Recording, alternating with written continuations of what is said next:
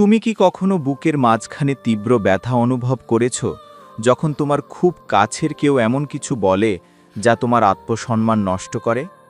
এটা শারীরিক ব্যথা নয়, এটা একটা ভারী বোঝা। তোমার চিৎকার করার মতো অনুভূতি হয়, জোরে চিৎকার করে বলতে ইচ্ছে করে, তুমি আমাকে এভাবে অপমান করলে কেন?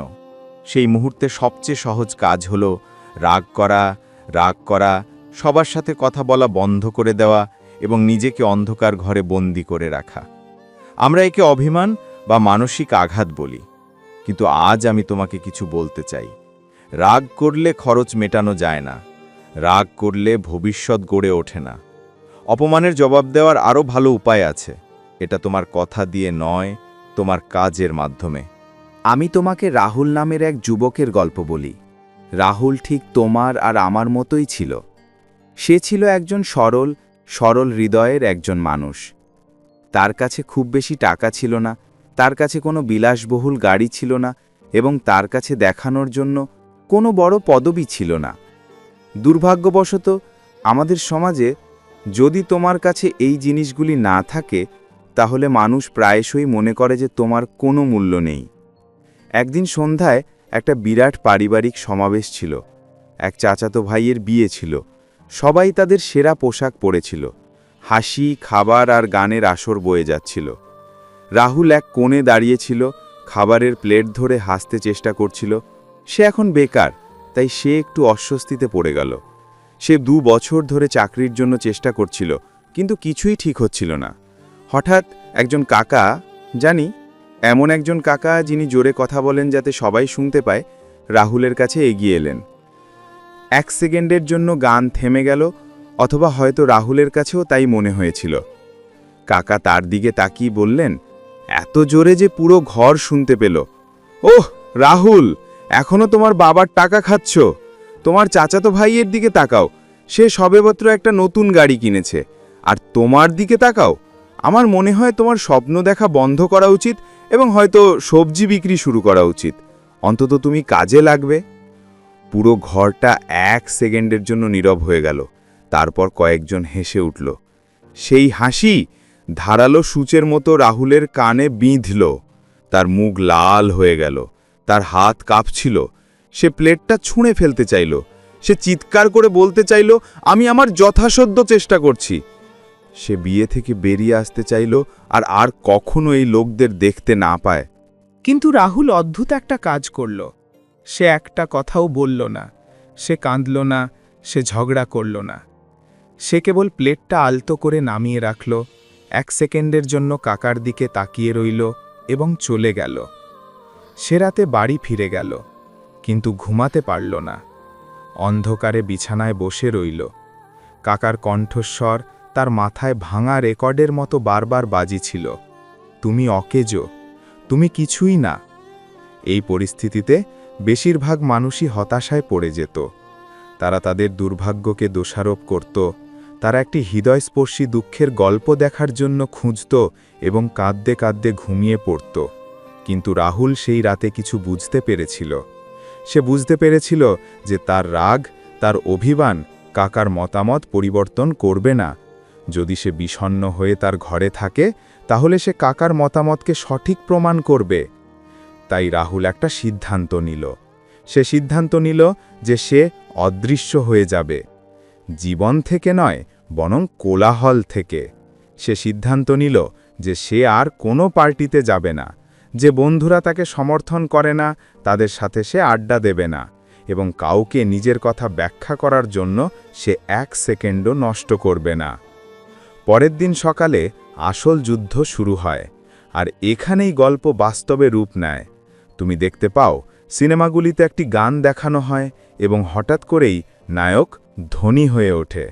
কিন্তু বাস্তব জীবনে কোনো পটভূমি সঙ্গীত থাকে না, কেবল নীরবতা আর ঘাম থাকে। রাহুল জানত যে তাকে একটা দক্ষতা শিখতে হবে। সে বুঝতে পারল যে তার কলেজ ডিগ্রি যথেষ্ট নয়। সে অনলাইনে খোঁজাখুঁজি করতে শুরু করল। সে ডিজিটাল মার্কেটিং এবং কন্টেন্ট তৈরি সম্পর্কে জানতে পারল। তার একটি পুরনো ল্যাপটপ ছিল যা খুব একটা কাজ করত না। সে বসে শিখতে শুরু করল। প্রথম মাসটা ছিল নিষ্ঠুর। সে কিছুই বুঝতে পারছিল না। সে বোকা বোধ করছিল। প্রতিদিনই সে কাজ ছেড়ে দিতে চাইত। স্ক্রিনের দিকে তাকিয়ে থাকতে থাকতে তার চোখ ব্যথা করত, পিঠে ব্যথা করত। তার বন্ধুরা তাকে সিনেমা দেখতে যেতে বলেছিল, কিন্তু সে না বলেছিল। তারা তাকে বিরক্তিকর বলেছিল। তারা বলেছিল রাহুল বদলে গেছে, সে এখন খুব গর্বিত। তাদের কথা বলতে দাও। রাহুল তার ভিত্তি তৈরিতে ব্যস্ত ছিল। সে ছোট ছোট ফ্রিল্যান্স প্রকল্প নিতে শুরু করে। 50 বার তাকে প্রত্যাখ্যাত হতে হয়েছিল। 50 বার লোকে তাকে বলেছিল তোমার কাজ যথেষ্ট ভালো নয়। কিন্তু বিয়ের অনুষ্ঠানে চাচার কথা মনে আছে? সেই স্মৃতি তার জ্বালানি ছিল। যতবারই সে প্রত্যাখ্যাত হতো ততবারই সে আরও বেশি পরিশ্রম করত। সেদিনে 8 ঘন্টা ঘুমানো বন্ধ করে দিত, 4 ঘন্টা ঘুমাতো। সে টিভি দেখা বন্ধ করে দিত। অন্যরা কি করছে তা দেখার জন্য সে সোশ্যাল মিডিয়া স্ক্রল করা বন্ধ করত। সে সম্পূর্ণরূপে তার শিল্পকর্মের ওপর মনোযোগী ছিল। সে বাস্তব জীবনের একটি অনুপ্রেরণামূলক গল্প যাপন করছিল, কিন্তু কেউ তখনও তা দেখতে পায়নি। সময়টা ছিল একাকী। এমন কিছু রাত ছিল যখন তার ইন্টারনেট ডেটা রিচার্জ করার জন্য কোনো টাকা ছিল না। তার কাজ জমা দেওয়ার জন্য তাকে মাইলের পর মাইল হেঁটে পাবলিক লাইব্রেরিতে যেতে হতো। সে সাধারণ খাবার খেত, সে একই পুরনো পোশাক পরত। পুরো 2 বছর ধরে সে নতুন কিছু কেনেনি। এটা কোনো মন্তাজ ছিল না, এটা ছিল দিনের পর দিন একঘেয়ে পুনরাবৃত্তিমূলক কঠোর পরিশ্রমের। বাইরে অন্ধকার থাকাকালীন ঘুম থেকে ওঠা, সকালে পাখিদের কিচিরমিচির শুরু না হওয়া পর্যন্ত কাজ চলছিল। এটা হতাশা ছিল, এটা ছিল সন্দেহ। মাঝে মাঝে সে আয়নায় তাকিয়ে জিজ্ঞাসা করত, আমি কি ঠিক কাজ করছি, নাকি আমি শুধু আমার সময় নষ্ট করছি? কিন্তু তারপর তার মনে পড়ত বিয়ের সেই হাসির কথা, আর সে আবার কাজে ফিরে যেত। 2 বছর পর, মাত্র 2 বছরের পূর্ণ মনোযোগ। রাহুল আর কেবল একজন ফ্রিল্যান্সার ছিলেন না, তিনি একটি ছোট এজেন্সি তৈরি করেছিলেন। যুক্তরাজ্য এবং যুক্তরাষ্ট্র থেকে তার ক্লায়েন্ট ছিল। 1 মাসে তিনি যা আয় করতেন, সম্ভবত সেই কাকা 1 বছরে যা করতেন তাই করতেন। কিন্তু টাকাটা সবচেয়ে বড় জয় ছিল না। সবচেয়ে বড় জয় ছিল রাহুল যে ব্যক্তিতে পরিণত হয়েছিলেন। তিনি আত্মবিশ্বাসী ছিলেন, তিনি শান্ত ছিলেন, তার আর কারো অনুমোদনের প্রয়োজন ছিল না। সে তার বাবা মায়ের জন্য একটি সুন্দর বাড়ি কিনেছিল। সেটা ফেসবুকে পোস্ট করেনি। বাবার আরামের জন্য সে একটি গাড়ি কিনেছিল। সেটার কোনো প্রদর্শনী করেনি। সে তার সাফল্য গোপন রেখেছিল। তারপর দিনটি এলো, আরেকটি পারিবারিক সমাবেশ। এটা অনিবার্য ছিল। রাহুল ভিতরে ঢুকলেন। তিনি একটি সাধারণ পরিষ্কার শার্ট পরেছিলেন। তিনি সতেজ দেখাচ্ছিলেন। তার চারপাশের পরিবেশ বদলে গেছে। মানুষ সাফল্যের গন্ধ পায়, জানো? তুমি যেভাবে হাঁটো, তুমি যেভাবে হাসো, যখন তুমি কঠোর পরিশ্রম করো তখন তা বদলে যায়। সেই একই কাকাও সেখানে ছিলেন। তিনি একটু বয়স্ক, একটু ক্লান্ত দেখাচ্ছিলেন। তিনি রাহুলকে দেখলেন এবং আবার রসিকতা করতে যাচ্ছিলেন। কিন্তু তারপর তিনি রাহুলকে তার নিজের গাড়ি করে আসতে দেখলেন। তিনি দেখলেন কিভাবে লোকেরা রাহুলের চারপাশে জড়ো হচ্ছে, ব্যবসার বিষয়ে তার পরামর্শ চাইছে। কাকা এবার একটু দ্বিধাগ্রস্ত হয়ে রাহুলের কাছে এগিয়ে গেলেন। বললেন, রাহুল, শুনেছি তুমি ভালোই আছো, তুমি ঠিক কি করছো? রাহুল হাসল, একটা আন্তরিক উষ্ণ হাসি। তার চোখে কোনো ঘৃণা ছিল না।